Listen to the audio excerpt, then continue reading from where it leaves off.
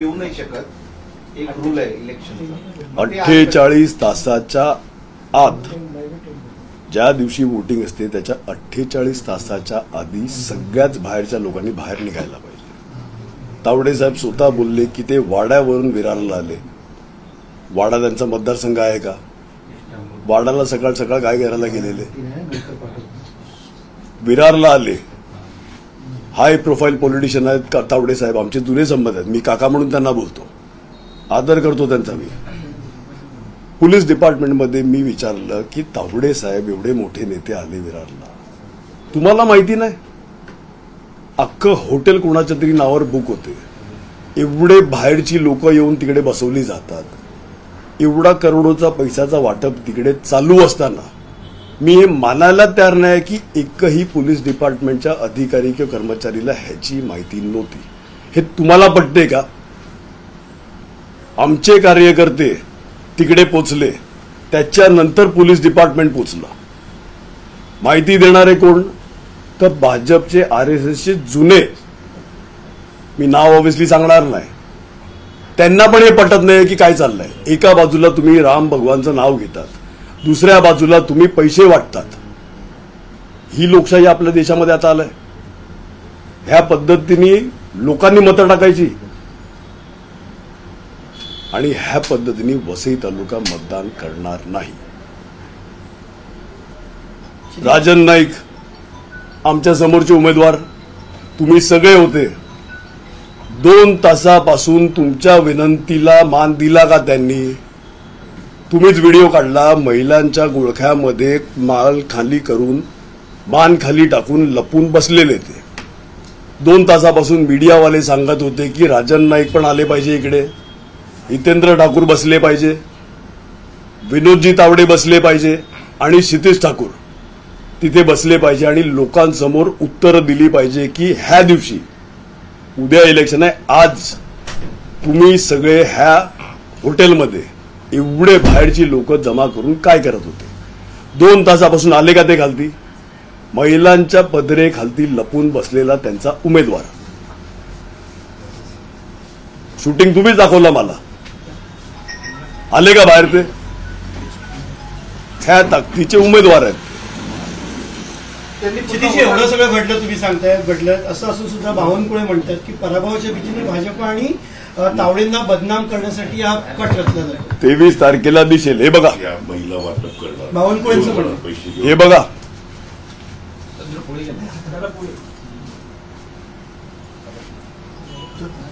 असे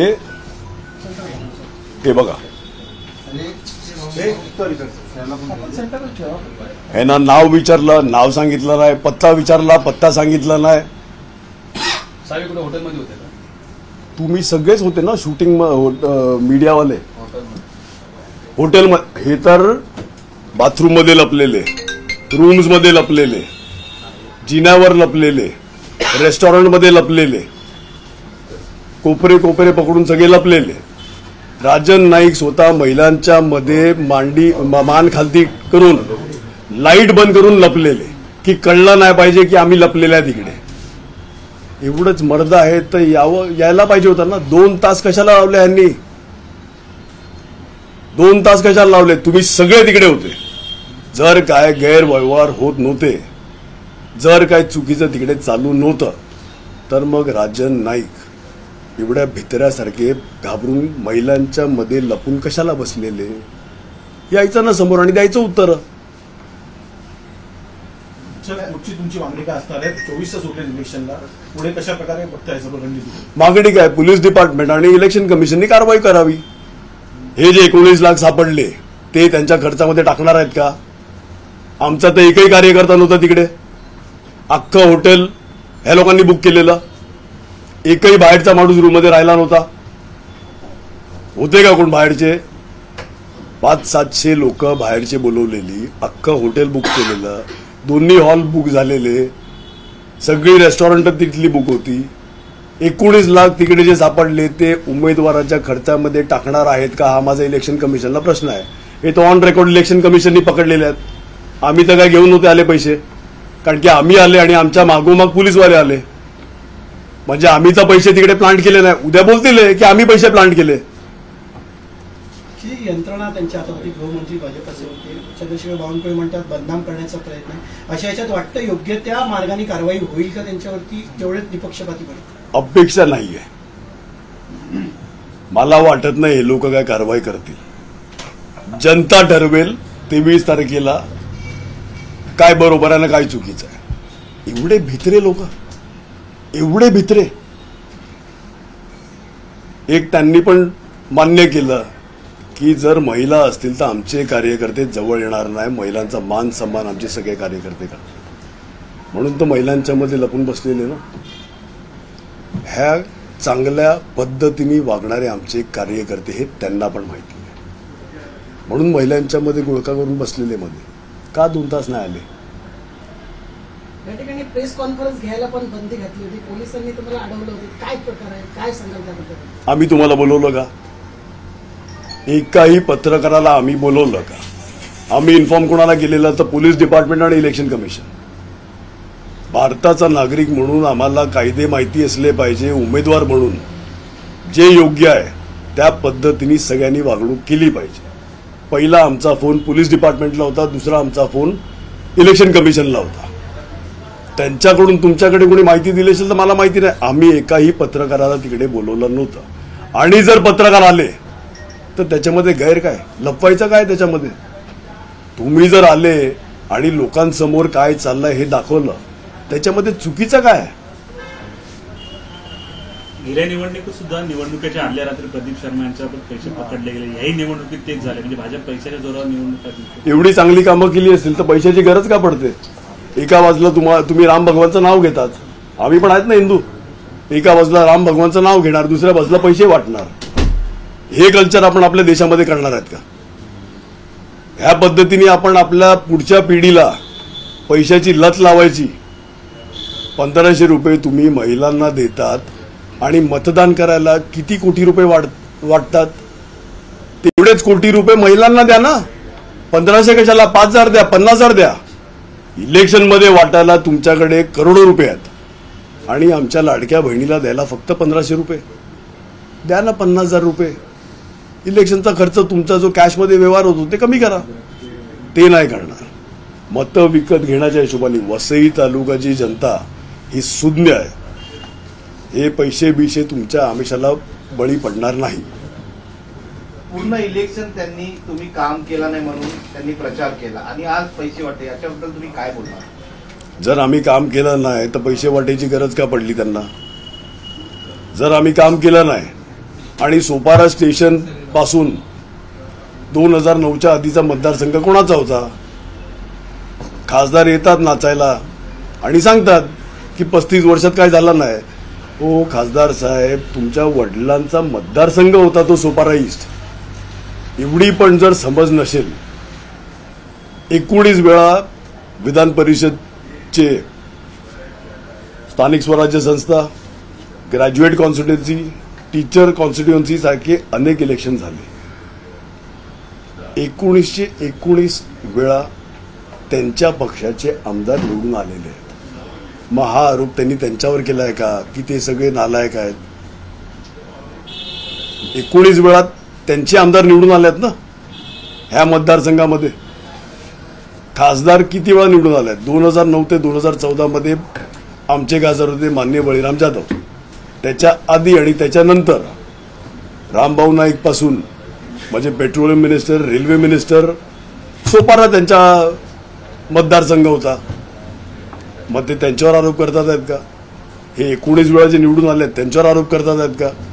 खासदारांचे स्वर्गीय सावरासाहेब जे ट्रायबल डेव्हलपमेंट, आदिवासी विकास मंत्री होते, म्हणजे डेडिकेटेड पैसा अख्ख्या महाराष्ट्राच्या बजेटचा बाय लॉ ट्रायबल डेव्हलपमेंटला द्यावाच लागतो. आमचा आदिवासी जिल्हा आहे, पालघर जिल्हा आदिवासी जिल्हा आहे. ह्यांच्यावर आरोप करतात का? ते स्वतःच्या वडिलांवर आरोप करतात का? हा प्रश्न मोठा आमच्या जिल्ह्यासमोर आहे.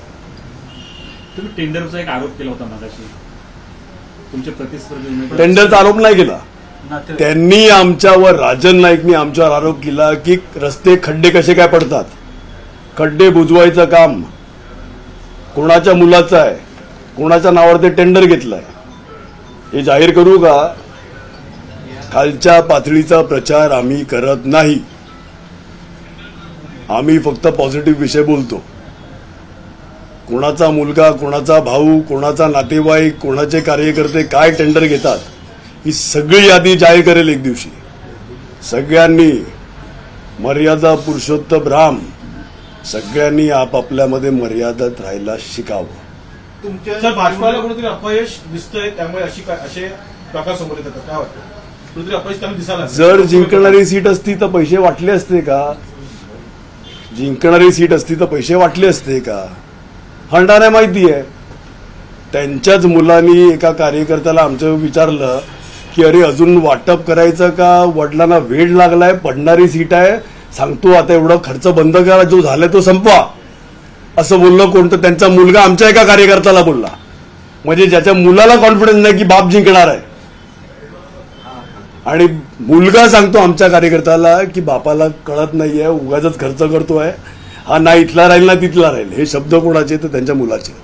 10 कोटी पहिले पण पकडले होते जे एटीएम व्हॅन, त्याच्याबद्दल काय झालं आहे का? पब्लिक लिस्टेड कंपनी आहे ती जी व्हॅन पकडले. CMS ही पब्लिक लिस्टेड कंपनी आहे, स्टॉक मार्केटवरती लिस्टेड कंपनी आहे.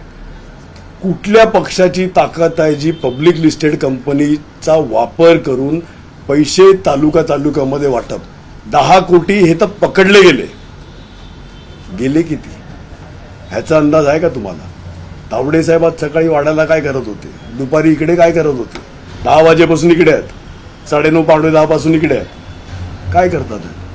पण एक केंद्रीय नेता, भाजपाचा एक केंद्रीय नेता स्वतः बसून पैसे वाटतोय म्हणजे काय सांगता? पोलीस डिपार्टमेंटला माहिती का नाहीये की तावडे साहेब विरारला आले आहेत? विचारा तुम्ही पोलीस डिपार्टमेंटला. आम्हाला त्यांनी सांगितलं की आम्हाला माहितीच नव्हतं की ह्या हॉटेलमध्ये तावडे साहेब आलेत आणि एवढी लोक जमा झाले आहेत. मग हे लॉ अँड ऑर्डरचं फेलियर नाही आहे का? तावडे साहेब देशाचे नेते आहेत. एवढा मोठा नेता जर विरार सारख्या छोट्या गावामध्ये येतो आणि पोलीस डिपार्टमेंटला अंदाजा नाही की तावडे साहेब येतात. एक जर अंदाजा नसेल तर तावडे साहेब लपून का आले, आणि जर अंदाजा असेल तर मग पोलीस डिपार्टमेंटने कारवाई का नाही?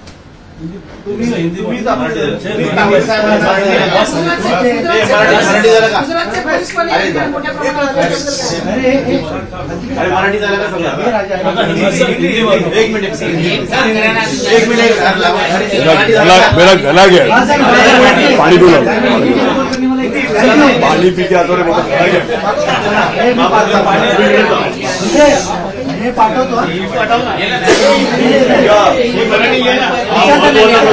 हा महत्वाचा प्रश्न आहे.